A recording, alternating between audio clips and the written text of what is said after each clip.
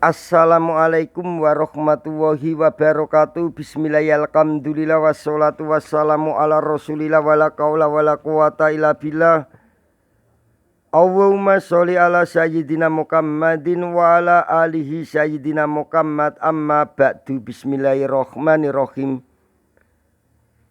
Qaulal mu'alifur rahimahullahu ta'ala wa nafa'na bihi wa bi ulumihi wa amadana fi asrarihi wa adda alaina bi barokatihi fid daraini amin ya rabbal alamin. Bismillahirrahmanirrahim. Wal mustaroku utawi isim mausul mustarok iku sitatu alfadin ana 6 pira-pira lapat. Rupane man lapat man, wa ma lan lapat ma, wa ayun lan lapat ayun, wa al lan lapat al, wadu lan lapat du, wada lan lapat da. Fahadi sitatu mongko utawi iki ana 6 iku tutlaku digawe mutlak apa hadi sita alal mufrodi ing atase isim mufrad wal musanna lan ing atase isim tasniah wal majmu'i lan ing atase isim jamak al mundakari kang mundakar ming dalika kulihi saking mengkono sekabehane lapat man ma ayun aldu lan lapat da wal muannasi lan digawe mutlak muannas isim mufrad isim tasniah lan isim jamak watus tak malu lan digunakake apa man lapat man lil akili maring wong kang anduweni akal wama lan digunakake apa lapat ma linggoiril akili maring kang ora anduweni akal. Takulu mongko ngucap sapa sira fiman ing dalem lapat man ing lapat yujibuni man jaaka yujibu nggawokake ni ing ingsun sapa man wong jaa kang teka sapa man ka ing sira. Waman lan nggawokake ing ingsun sapa man wong jaat kang teka sapa man ka ing sira. Waman lan gawokake ing ingsun sapa man wong jaa kang teka sapa man ka ing sira. Waman lan gawokake ing ingsun sapa man wong jaata kang teka sapa man ka ing sira. Waman lan gawokake ing ingsun sapa man wong maksude aladina yo man wong jau kang teka sapa man ka ing sira. Dadi aladina jauka dadi man jauka. Waman lan gawokake ing ingsun sapa man wong jina kang teka sapa man ka ing sira. Jina iku bimakna alati pira-pira wong wadon.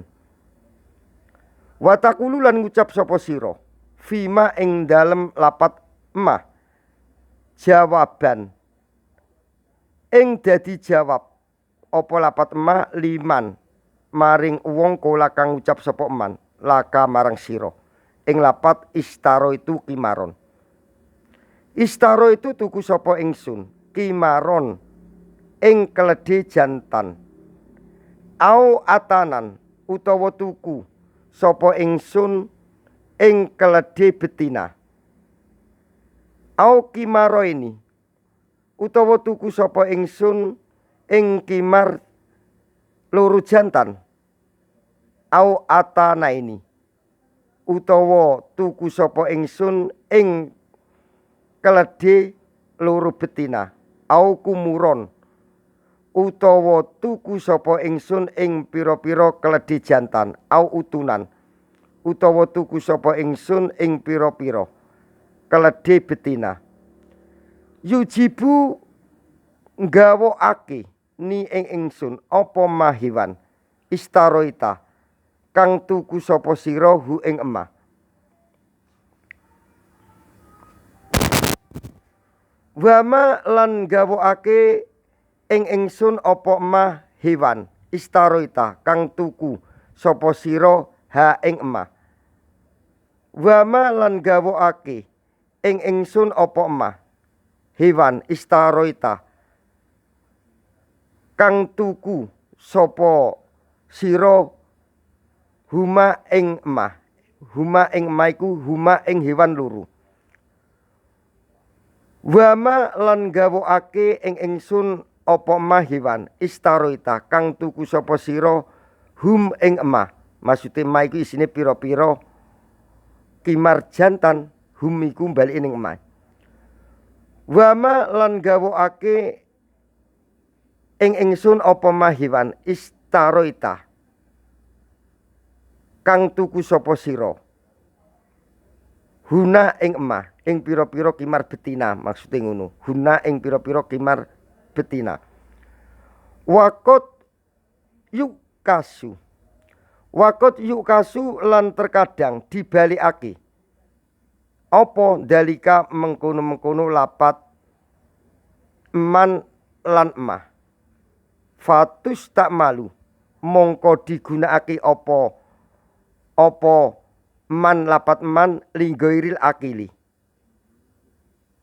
maring kang ora duweni akal. Nakwu faminhum man yamsi ala batnihi. Contone surat An-Nur ayat 45. Faminhum mongko iku setengah sangking dabbah man utawi wong yamsi kang mlaku sapa man ala batnihi ing atase wetenge man. Watus tak malu lan digunakake apa emah lapat emah lil akili maring kang anduweni akal. Nakwu ma mana aka angtas juda lima kolaktu biyadaya. Umpamane contoh surat Sot ayat 75 ayat 75. Ma utawi opo iku manaa nyegah opo maka ing sira angtas judah ing yento sujud sapa sira lima maring barang kolaktu kang gawe sapa ingsun Allah biyadaya kelawan kekuasaan ingsun Allah. Wabillahi taufik wal hidayah waridho wa inayah. Assalamualaikum warahmatullahi wabarakatuh.